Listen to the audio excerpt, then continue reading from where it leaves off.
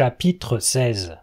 C'est à Templestowe, ou plus précisément dans la plaine de Saint-Georges, que devait avoir lieu le combat judiciaire où se déciderait le sort de l'infortunée Rebecca.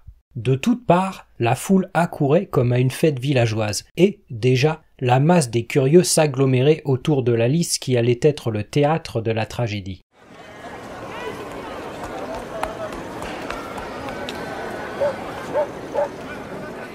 À l'une des extrémités de l'enceinte, sur une estrade, un trône était réservé au grand maître. Des sièges attendaient les commandeurs et les chevaliers. L'enseigne de l'ordre, le Beauséant, flottait au vent. À l'autre bout de la lice, le bûcher, son sinistre poteau et 4 esclaves noirs immobiles, sans un regard pour tout ce peuple qui les considérait avec une secrète épouvante.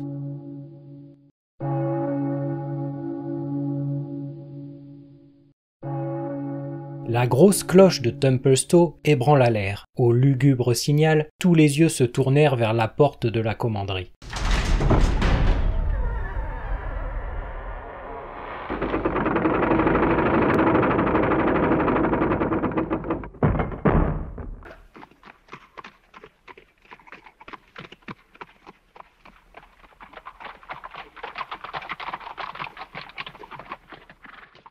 Le pont-levis s'abaissa. Les portes s'ouvrirent, et l'on vit sortir du château un chevalier portant l'étendard de l'ordre, précédé de 6 trompettes, suivi par les commandeurs et une double file de chevaliers. Ensuite, monté sur un superbe destrier, s'avançait Lucas de Beaumanoir. Derrière lui, Briand de Bois-Guilbert, armé de pied en cap, et ses 2 écuyers, portant la lance, l'épée et le bouclier. Quoiqu'ombragé en partie par la grande plume qui flottait à son casque, ses traits étaient ceux d'un homme que bouleversaient les plus intenses passions. Il était d'une pâleur mortelle. À sa droite et à sa gauche, ses parrains, Conrad de Montfichet et Albert de Malvoisin, sans armes, avec la robe blanche de l'ordre. Derrière eux, les simples chevaliers et le cortège des écuyers et des pages vêtus de noir. Enfin, au milieu d'une troupe de gardes à pied, Rebecca, livide. Elle marchait à pas lents, mais sans faillir. Ses vêtements d'orientale avaient été remplacés par une robe blanche de grosse étoffe.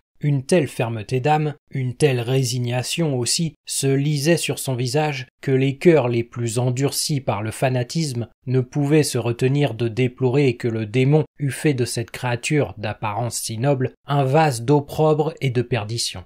La procession fit lentement, de droite à gauche, le tour du champ clos, puis le grand maître et sa suite, à l'exception du champion et de ses 2 parrains, mirent pied à terre, et Rebecca fut aussitôt conduite vers la chaise peinte en noir qui l'attendait devant le bûcher. Au premier regard qu'elle jeta sur les apprêts de l'effroyable mort, elle tressaillit et ferma les yeux, comme priant à voix basse. Puis elle considéra longuement le bûcher pour se familiariser avec le destin qui la guettait, et finit par détourner la tête. Les trompettes sonnèrent, et, du milieu de la lice, le héros s'écria à haute voix. « Oyez, oyez, oyez ! Voici le chevalier Briand de Bois-Guilbert, prêt à combattre tout chevalier de noble rang qui voudra soutenir la cause de la juive Rebecca, à qui il a été permis de combattre par champion, auquel chevalier le valeureux et révérend grand maître ici présent accordera un juste partage du soleil et du vent et tout ce qui peut assurer l'égalité des armes. »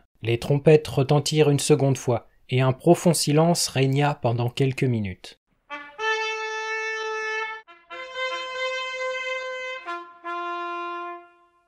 « Nul champion ne se présente pour la pelante, » déclara Beaumanoir. « Héros, va demander à la condamnée si elle attend quelqu'un pour prendre sa défense. » Brusquement, Bois-Guilbert éperonna son cheval et d'un bond se trouva devant la jeune juive en même temps que le héros d'armes. « Ce geste de notre frère, grand maître, » s'enquit Malvoisin, « est-il conforme aux lois du combat ? » « Oui, le jugement de Dieu autorise les parties à des communications susceptibles de faire éclater la vérité. » « Juive, dit alors le héros, réponds à l'honorable et révérend grand maître. Es-tu prête à fournir un chevalier ou te reconnais-tu condamné à la mort selon la loi et selon la justice ?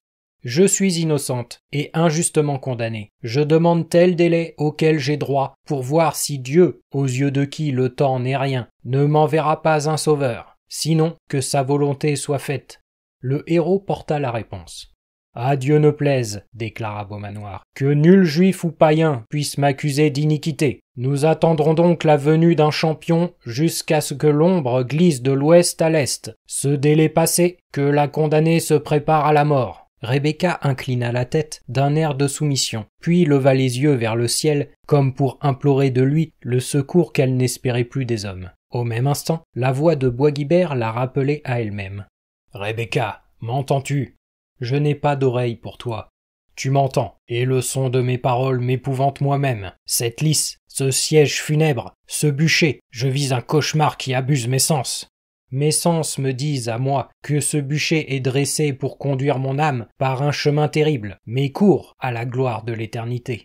Vaines espérances, Rebecca, que vos Sadducéens rejettent eux-mêmes. Écoute-moi. En dépit de tous ces fanatiques, ta vie est encore entre mes mains. Monte en croupe avec moi sur ce cheval, trophée d'un combat singulier où j'ai vaincu le sultan de Trébizonde. Il n'est pas un coursier sur terre pour gagner Zamore de vitesse. En quelques minutes, nous serons à l'abri de toute poursuite. Un nouveau monde s'ouvrira devant nous. De bonheur et de plaisir pour toi, de gloire pour moi. Qu'ils effacent le nom de Bois-Guilbert de la liste de leurs esclaves. Je méprise leur sentence. Je laverai dans le sang chaque tâche dont ils tenteront de salir mon écusson.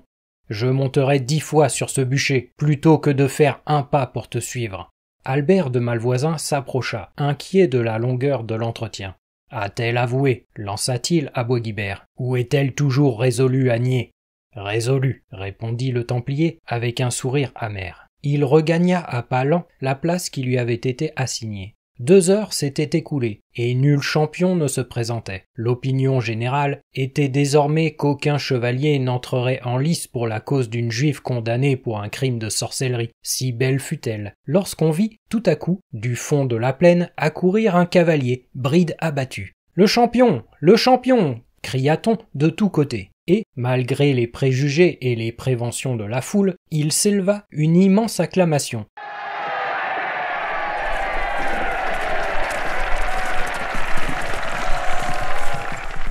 Mais un second coup d'œil sur l'inconnu inespérément surgi détruisit l'impression qu'avait suscité son arrivée. Le cheval, blanc d'écume, paraissait fourbu, et, malgré le feu de son regard, le cavalier lui-même semblait avoir peine à se tenir en selle.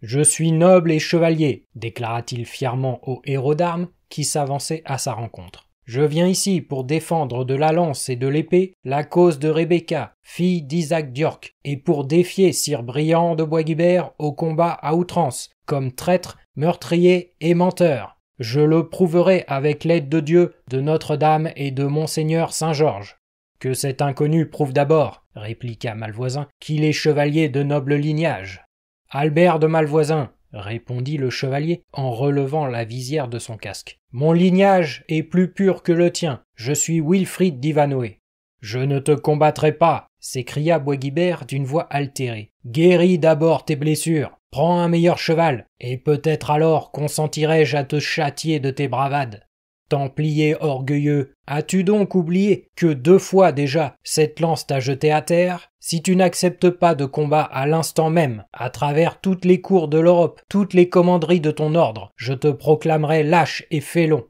Bois-Guilbert se tourna vers Rebecca d'un air résolu. Puis il lança à Ivanoé un regard de haine. « Chien de Saxon, oui, je te combattrai. Lève ta lance et prépare-toi à la mort. »« Le grand maître m'octroie-t-il le combat ?» demanda Ivanoé. « Si cette jeune fille t'accepte pour champion, je ne peux te le refuser, mais je préférerais que tu fusses mieux en état de combattre. Je te demande le combat sur le champ. C'est le jugement de Dieu. Je mets en lui ma confiance. » Puis, se tournant vers la condamnée. « M'acceptes-tu pour champion ? » « Je t'accepte, chevalier d'Ivanoé, comme le champion envoyé par le ciel. » À son poste dans la lice, Wilfrid avait reçu sa lance des mains de Gurth qui avait rejoint son maître. Déjà, il avait fermé la visière de son casque, et Bois-Guilbert venait d'imiter son geste, lorsque l'écuyer du Templier remarqua que le visage de son maître, d'une pâleur mortelle depuis le matin, s'empourprait tout à coup, comme si tout le sang de son corps y eût afflué. Alors, le héros répéta 3 fois la formule traditionnelle, et le grand maître jeta dans la lice le gant de Rebecca. « Laissez aller !» s'écria-t-il. Le signal fatal était lancé. Les trompettes sonnèrent. Les 2 cavaliers foncèrent l'un vers l'autre.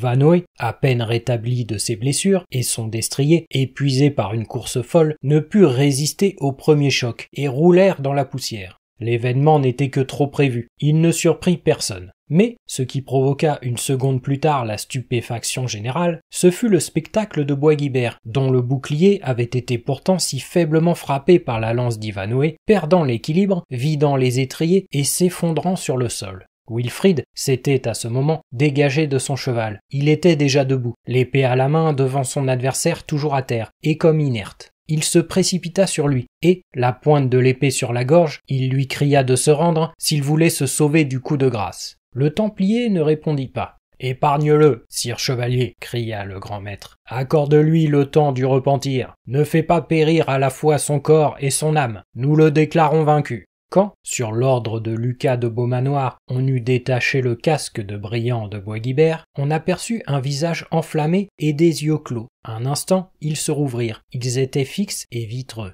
Ce n'était pas la lance d'Ivanhoe qui lui avait apporté la mort, mais la violence meurtrière de ses propres fureurs. « Dieu a jugé, » dit le grand maître. « Ai-je fait mon devoir en chevalier loyal et courtois ?» demanda Ivanhoe. « Il n'est nul reproche à t'adresser. Je déclare Rebecca innocente et libre. »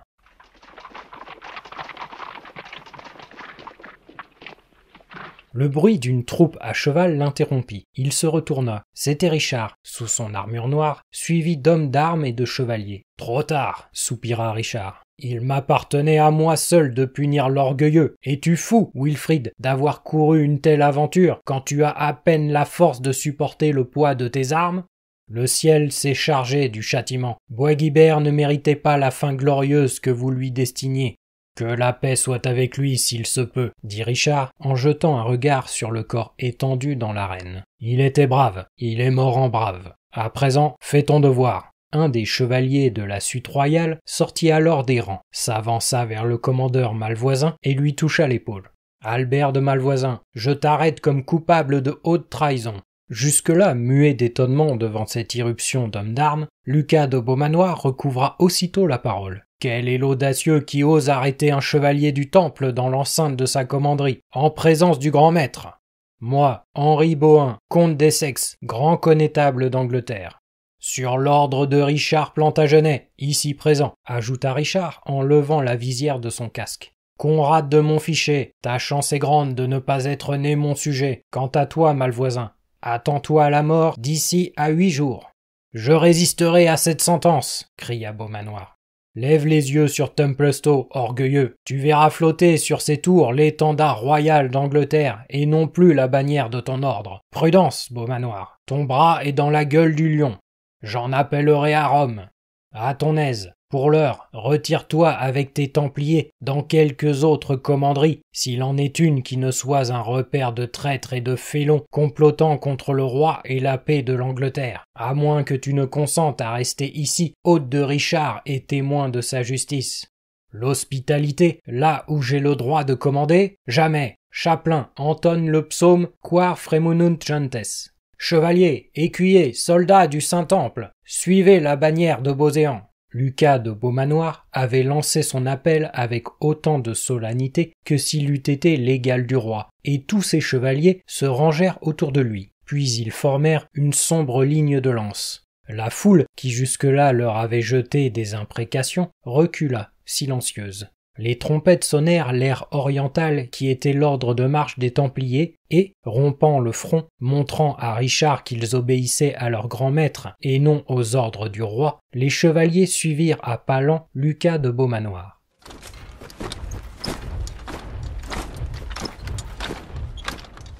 Dommage, par Notre-Dame, murmura Richard, que ces gens-là ne soient pas aussi fidèles que vaillants.